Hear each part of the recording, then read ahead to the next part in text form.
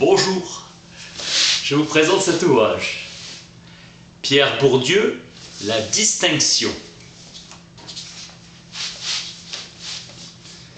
Critique sociale du jugement.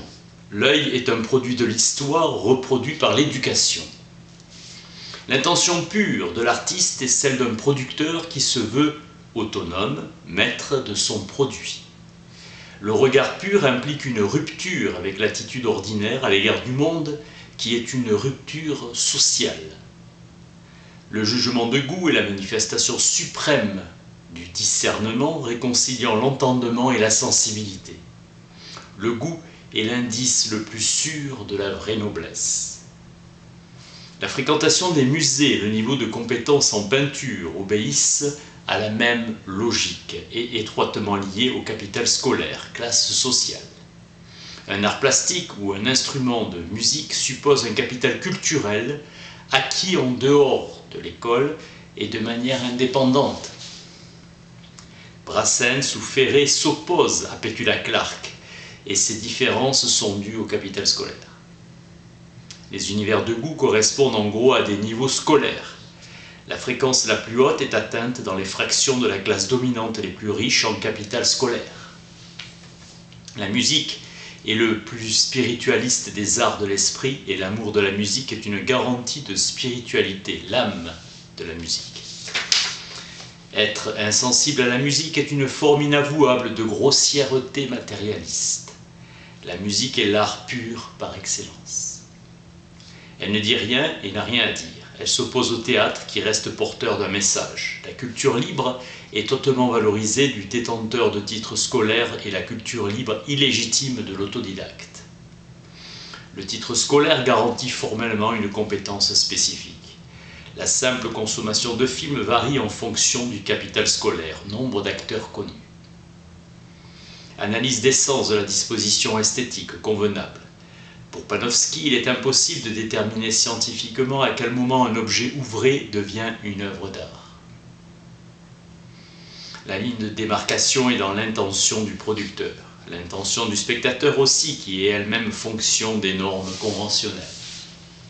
Objectivation de cette exigence, le musée d'art et la disposition esthétique constituée en institution. Autrefois, les masses n'avaient pas accès à l'art, la musique, la peinture et même les livres étaient des plaisirs réservés aux gens riches. Le regard pur implique une rupture avec l'attitude ordinaire à l'égard du monde, qui est par là même une rupture sociale. Hostilité des classes populaires, les moins riches en capital culturel. Au théâtre, le peuple se retrouve dans les intrigues avec un happy end. La recherche formelle conduit à l'obscurité et aux yeux du public populaire ressenti comme une volonté à tenir à distance le non-initié. Le spectacle populaire est celui qui procure la participation collective à la fête dont le spectacle est l'occasion, franc-parler et franche rigolade. On voit croître en fonction du niveau d'instruction le refus du vulgaire et du laid ou insignifiant. Niais, cocu ou naïvement humain, Ortega y Gasset. Cocu ou cucu. Les femmes manifestent beaucoup plus fréquemment que les hommes leur répugnance pour l'horrible ou peu décent. Cette répulsion s'exprime d'autant que leur capital culturel est plus faible et qu'elles sont situées plus bas dans la hiérarchie sociale. L'image est toujours jugée par référence à la fonction qu'elle remplit pour celui qui la regarde. On mesure la valeur d'une photographie à l'intérêt de l'information qu'elle véhicule et sa clarté. La plupart des cadres supérieurs et membres des professions libérales jugent une photo belle, expressive et font référence non seulement aux films de Bergman, Orson Welles, Dreyer, mais aussi au théâtre invoquant Hamlet, Macbeth ou Athalie. Le déconcertement conduit souvent au refus pur et simple. C'est chez les membres de la classe dominante qu'on identifie l'objet représenté que le jugement sur la forme acquiert sa pleine autonomie par rapport au jugement sur le contenu. L'usine de nuit est inhumaine mais belle d'un point de vue esthétique par ses contrastes. L'esthétisme, qui fait de l'intention artistique le principe de l'art de vivre, implique une sorte d'agnosticisme moral. La transgression symbolique est l'antithèse du moralisme petit bourgeois, ce que Sartre appelait le sérieux des révolutionnaires. Proudhon subordonne l'art aux valeurs fondamentales de l'art de vivre, sous l'influence de la propriété. L'artiste dépravé dans sa raison, dissolu dans ses mœurs, vénal et sans dignité, est l'image impure de l'égoïsme.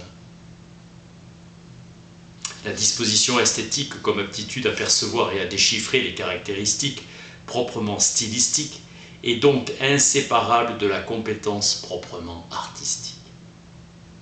S'accroît avec le capital scolaire la propension ou la prétention à apprécier une œuvre indépendamment de son contenu.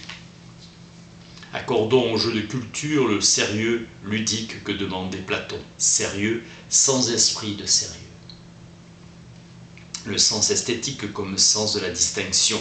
Le goût est le principe de tout ce que l'on a, personne et chose, et de tout ce que l'on est pour les autres, de ce par quoi on se classe et par quoi on est classé.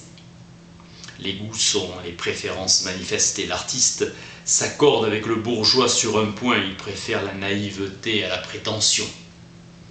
La compétence du connaisseur, maîtrise inconsciente des instruments d'appropriation, qui est le produit d'une lente familiarisation, est un art et dont l'apprentissage se fait par le contact répété avec des œuvres culturelles et des personnes cultivées.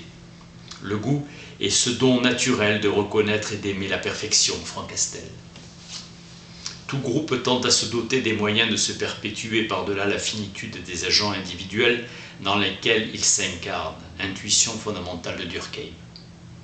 Roland Barthes décrit la jouissance esthétique comme une sorte de communication immédiate entre le corps de l'auditeur et le corps interne de l'interprète. Paradoxalement, la précocité est un effet de l'ancienneté. La noblesse est la forme par excellence de la précocité, car elle n'est autre chose que l'ancienneté que possèdent de naissance des descendants des vieilles familles, capital statutaire d'origine. Chaque intérieur exprime dans son langage les temps présents et même passés de ceux qui l'occupent, richesse héritée. C'est sans doute dans les goûts alimentaires que l'on retrouverait la marque la plus forte et la plus inaltérable des apprentissages primitifs, goûts primordiaux. Il existe un rapport direct entre le capital culturel hérité et le capital scolaire. Aisance qu'assure la familiarité. Capital littéraire, scientifique, juridico-économique. La culture légitime ressent l'autodidacte comme une sorte d'hommage caricatural. Dans l'Église, il n'y a pas beaucoup d'indulgence pour ceux qui prétendent découvrir en eux-mêmes les sources du sacré et de l'autorité traditionnelle.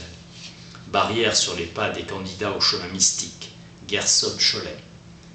L'amateur d'art ne connaît d'autre guide que son amour de l'art, obéissant à son bon plaisir, à l'enthousiasme sincère. La compétence est d'autant plus impérativement exigée et d'autant plus payante. L'incompétence sanctionnée et coûteuse que le degré de légitimité d'un domaine est plus grand. La trajectoire individuelle, qui est une déviation par rapport à la trajectoire collective, est immédiatement viable, capital culturel. Les professeurs sont des catégories socio-professionnelles, celles qui possèdent le moins de téléviseurs, le plus de lecteurs de livres, le plus de visiteurs de musées et de lecteurs du monde. La philosophie est lue en plus grand nombre par les professeurs. Selon Marx, les aristocrates, après la Révolution française, sont devenus les maîtres à danser de l'Europe.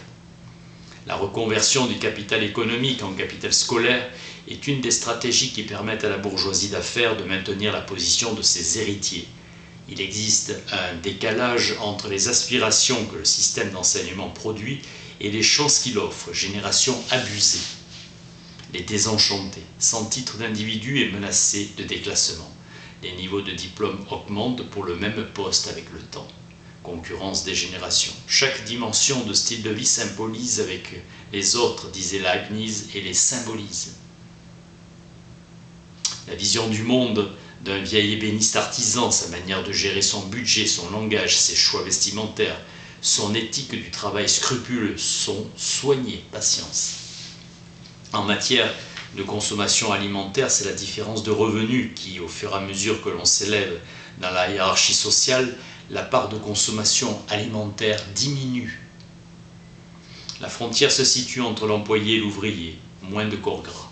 Accroissement des dépenses en matière d'hygiène, santé et beauté. Le physique de l'emploi. Goût alimentaire, rapport au monde, aux autres, au corps propre, où s'accomplit la philosophie pratique caractéristique de chaque classe. Les classes populaires font du vêtement un usage fonctionnaliste, choisissant quelque chose qui fait usage. L'expérience petite bourgeoise du monde social est d'abord la timidité, embarras du langage.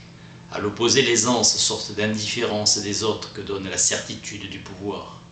Le goût dominant se trouve dans le golf, le tennis, le yachting, l'équitation, le ski, l'escrime. Le goût est la forme par excellence de l'amor fati. Marx, le petit bourgeois, ne peut pas dépasser les limites de son cerveau.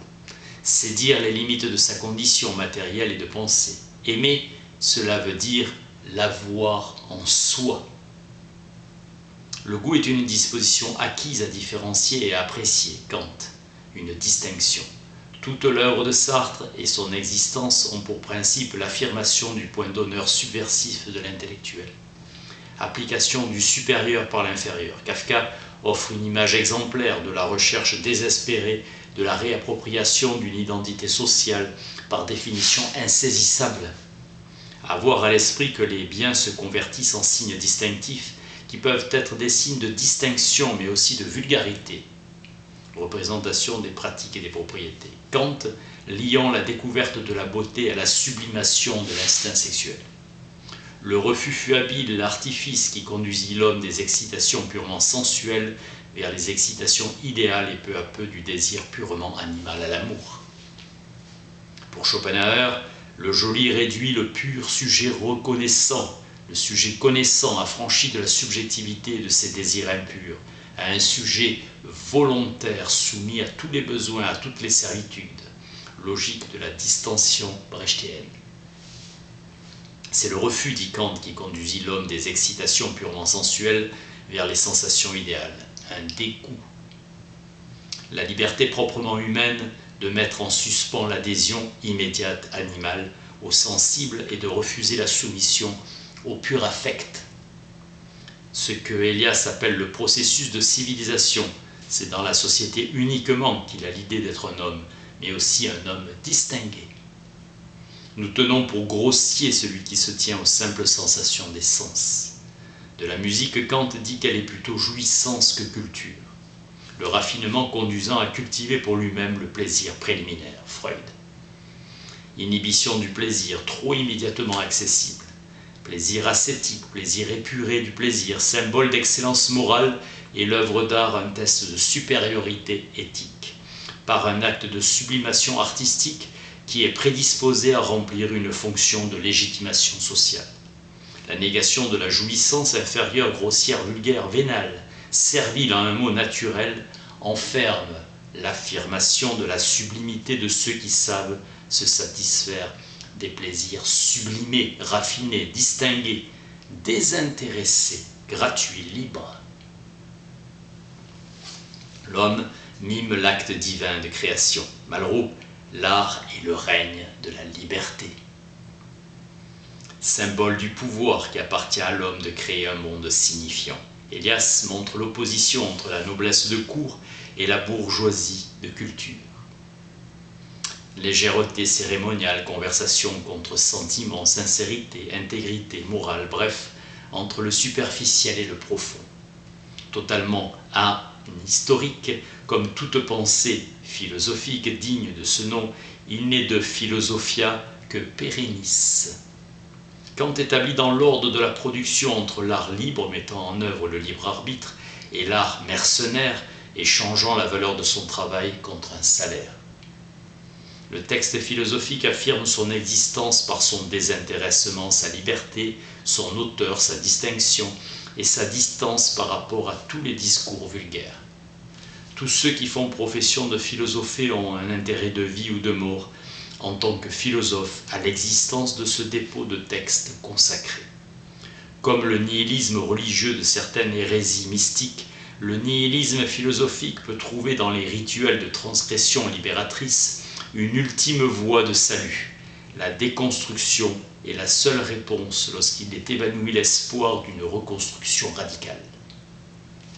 Prendre pour objet la tradition même, comme chez Duchamp. L'objectivation philosophique de la vérité du discours trouve ses limites dans les conditions objectives de sa propre existence. Champ philosophique. Le plaisir de la lecture pure accorde à l'œuvre philosophique l'essentiel, plaisir pur. Une sorte de retour égoïste sur soi-même, le plaisir cultivé se nourrit de ses références. L'art est un des lieux par excellence de la dénégation du monde social. L'ouvrage a été guidé par le sens des réalités sociales qui permet d'apprécier la bienséance de la logique sociale comme l'image d'évaluer des professions dominées. L'essentiel est dans la recherche. Il ne suffit pas de démontrer, il faut montrer. Faire toucher du doigt, ce qui ne veut pas dire montrer du doigt. Mettre à l'index en niant la dénégation sous toutes ses formes.